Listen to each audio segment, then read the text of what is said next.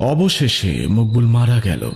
ঢলপহর দেবার অনেক আগে যখন সারা গ্রাম ঘুমে অচেতন, তখন এ দুনিয়া থেকে বিদায় নিল সে।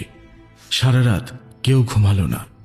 গনু মোল্লা, আবুল, রশিদ, সালেহা, মন্তুটুনি সবাই জেগে রইল মাথার পাশে। ওর বুকের উপর পড়ে ডুকরে কেঁদে উঠল টুনি। ফুঁপিয়ে ফুঁপিয়ে কাঁদল সে। তার বিলাপের শব্দ অন্ধকারে কেঁপে কেঁপে দূরে পরীর দিঘির পারে মিলিয়ে গেল। অবশেষে মকবুল মারা গেল।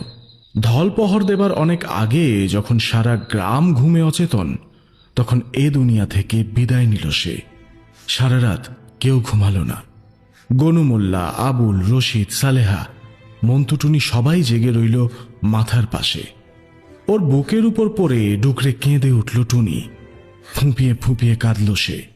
তার বিলাপের শব্দ অন্ধকারে কেঁপে কেঁপে দূরে পরীর দিঘির পারে মিলিয়ে গেল।